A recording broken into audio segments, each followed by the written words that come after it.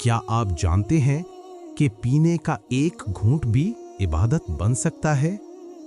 अस्सलामु अलैकुम मेरे प्यारे भाइयों और बहनों, आज हम जिंदगी के दो ऐसे मामूल के कामों पर बात करेंगे जिन्हें हम रोजाना करते हैं, मगर क्या आप जानते हैं कि रसूलुल्लाह सल्लल्लाहु अलैहि वसल्लम ने इन छोटे छोटे कामों में भी हमें कितनी बड़ी हिकमतें सिखाई हैं।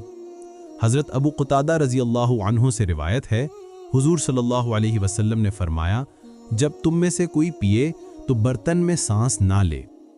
क्यों भाइयों? क्योंकि जब हम बर्तन में सांस लेते हैं तो हमारे साथ पानी में हवा के ज़र्रात, थूक के कतरे शामिल हो सकते हैं। ये ना सिर्फ सफाई के खिलाफ है बल्कि ये अदब के भी खिलाफ है। क्या आप किसी को ऐसा पानी पेश करेंगे जिसमें आपने सांस लिया हो?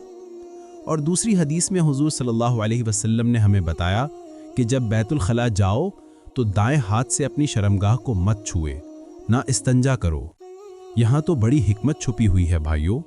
दायां हाथ तो वो हाथ है जिससे हम खाना खाते हैं, कुरान मजीद छूते हैं, सलाम करते हैं। क्या ही अच्छा है कि हम सफाई और गंदगी के कामों के लिए अलग हाथ मखसूस कर लें। ये कोई मामूली बात नहीं, ये तो इस्लामी तहजीब का हिस्सा है। अल्लाह ताला को हमारी छोटी छोटी बातों से भी गर्ज है। कुरान पाक में इरशाद है, बेशक अल्लाह हर उस काम का बदला देगा जो तुम करते हो, चाहे वो राई के दाने के बराबर ही क्यों ना हो। क्या ही खूबसूरत बात है कि हमारा दीन हमें ज़िंदगी के हर पहलू में रहनुमाई देता है, चाहे वो पीने का तरीका हो या सफाई का अदब। आइए मेरे प्यारे भाइयों और बहनों, हम अहद करें कि इन सुनहरी अहकामात पर अमल करके अपनी रोज़मर्रा की ज़िंदगी को भी इबादत बना दें। या अल्लाह, हमें रसूलुल्लाह की सुन्नतों पर चलने की तौफीक अता फरमा।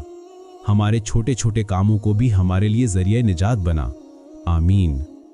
अगर आपको ये वीडियो पसंद आई हो तो लाइक ज़रूर करें, अपने ख़यालात कमेंट्स में शेयर करें और हमारे चैनल को सब्सक्राइब करना ना भूलें ताकि आप ऐसी ही इस्लामी वीडियोस से मुस्तफ़ीद होते रहें।